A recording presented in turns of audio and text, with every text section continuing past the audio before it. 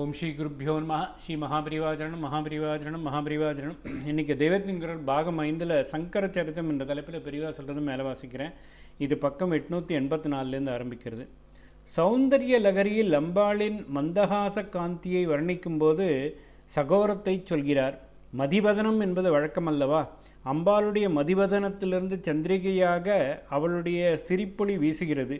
அந்த சந்திரிகையை சகோரபக்ஷி பானம் பண்ணிற்று. சொல்லி முடியாத தித்திப்பாக இருந்தது. இப்படி இருந்தால் திகட்டி விடுமல்லவா? தித்திப்பில் அதன் அழகு மரத்தே போய்விட்டதாம். திகட்டாமல் இருக்க அப்பப்போ ஒரு வாய் புளிக்கஞ்சி குடிக்கலாமே என்று பார்த்ததாம். ஆகாசத்திலே சந்திரனிலிருந்து நிலா அடித்து கொண்டிருந்தது. அதை அந்த சகோரம் ருசி பார்த்ததாம். அம்பாளுடைய முகச்சந்திரனிலிருந்து பொருகும் மந்தஸ்மித நிலாவின் தித்திப்பு ஏறிய அதன் அழகுக்கு ஆகாசத்து சந்திரனின் நிலா அதற்கு தேவைப்பட்ட புளிக்கஞ்சி மாதிரியே இருந்ததாம். மரத்து போன உணர்ச்சியும் போயிற்றாம். அதற்கப்புறம்தான் சகோரபக்ஷி நிலாவை குடிப்பது என்று ஏற்பட்டது என்று வினோத கல்பனையாகவே பாடியிருக்கிறார். வாஸ்தவத்தில் சந்திரிகையில் அமிர்தமே நிறைந்திருக்கிறது. அந்த அமிர்தத்தையும் புளிக்கஞ்சியாக்கிவிடும் அப்பேற்பட்ட மாதுரியத்தோடு அம்பிகையின் மந்தகாச காந்தி இருக்கிறது என்று அங்கே சொல்லியிருக்கிறார். கஞ்சி என்ற எண்ணத்தால் நிலாவை சகோரம் குடிக்கலாயிற்று என்கிறார். மலையாளத்தில்தான் கஞ்சி குடிப்பது சகல ஜாதியாருக்கும் வழக்கமாக இருக்கிறது. மலையாளம் கஞ்சி என்றே இருக்கிறது. சௌந்தரிய லகரியில் ரொம்ப வருஷத்துக்கு அப்புறம் சௌந்தரிய லகரி ரொம்ப வருஷத்துக்கு அப்புறம் ஜெகதாச்சாரியாளாக கீர்த்தி பெற்ற பிறகு பண்ணினது. அதில் சகோரத்தை சொன்னவர் பாஷ்யத்தில் மகாலட்சுமியை பாடினபோது சாதகத்தை சொல்லியிருக்கிறார். விஹங்க சிசு என்பது சாதக பட்சியின் குஞ்சைத்தான். சாதகத்தை பற்றி என்ன விசித்திரம் என்றால் அதற்கு தொண்டையிலே துவாரம் இருக்கும்.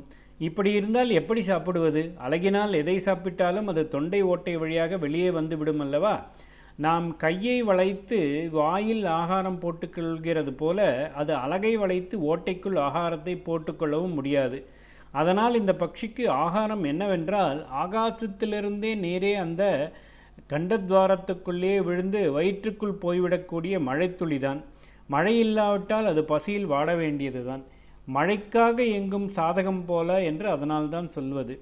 லக்ஷ்மி திரவிண திராரையாக வர்ஷிக்க வேண்டும் என்று சொன்னவுடன் பால ஆச்சாரியாளின் கவியுள்ளத்துக்கு மழை தாரையை தவிர வேறே ஆகாரம் இல்லாத சாதக பக்ஷி இருக்கிறதே, அதைத்தான் இவளுடைய திரவிண வருஷத்துக்காக ஏங்கி வாடிக்கொண்டிருக்கிற இந்த பிராமண குடும்பத்திற்கு ரூபகமாக சொல்ல வேண்டும் என்று தோன்றி அப்படியே பாடிவிட்டார்.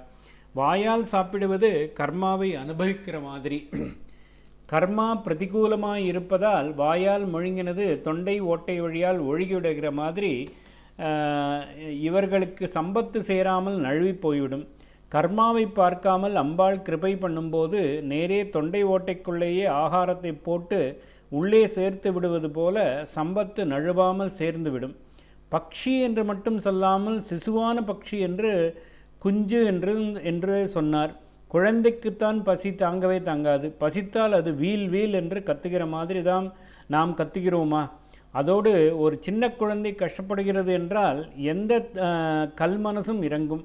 லக்ஷ்மியோ தாயார் என்றே சொல்லப்படுபவள். அதனால் குழந்தை விகங்க சிது என்று சொல்லிவிட்டால் அவள் நிச்சயம் மனசுருகி அருளுவாள் என்று அப்படி சொன்னார். குழந்தையாயிருந்த ஆச்சாரியாள் அந்த பிராமண ஸ்திரீயை குழந்தையாக பார்த்து அவள் பிகாஃபில் வேண்டினார். அவளுக்கு அவளுடைய பதிக்கு, அதாவது பதி பத்னி என்ற பேதமே இல்லாமல் பாப புண்ணியங்கள் 2 பேருக்கும் சேர்த்து தான் கர்மா கெட்டதாய் இருப்பதால் அனுகிரகிப்பதற்கு இல்லை என்று லக்ஷ்மி சொன்னாள் அல்லவா? அதனால் அவள் சார்பில் வாதாடினார். துஷ்கர்ம கர்மம் சிராய தூரம் அபனீய நயனாம்புவாக திரவிணாம்புதானாம் தத்யாது. துஷ்கர்ம கர்மம் கெட்ட கர்மாவான கோடைக்காலம், கர்மம் என்றால் நல்ல வேநீர்காலம். அப்படி இவர்களுடைய துஷ்கர்மாதான் தரித்திரமாக வருத்திடக்கிறது என்கிறாய். அதனால் ஒன்றும் நிவர்த்தி கிடையாதா? கெட்ட கர்மாவின் நேச்சர் கொளுத்தி எடுப்பது என்றால் உன்னுடைய கடாட்சத்தின் நேச்சர் குழுகுழு என்ற மழைமேகம் போல இருப்பதாயிற்றே. அது எங்கேயோ இது எங்கேயோ இருப்பதென்பதால் அதை இங்கே அடித்து கொண்டு வரத்தான் தயை என்ற காற்று இருக்கிறது. அந்த கிருபா வேகத்தை விட ஒன்று உண்டா? லோகம் தவிக்கும் போது கொட்டும் கோடைமழை மாதிரி இந்த சாதக குஞ்சு தவிக்கிற இப்போது அருளை கொட்டு. சாதக குஞ்சு ஆகாரத்துக்கு மட்டுமே தவிப்பது. இந்த தம்பதியோ பொருள் இல்லாமல் ஆகாரம், வஸ்திரம், வீடு எல்லாவற்றுக்குமே தவிக்கிறார்கள்.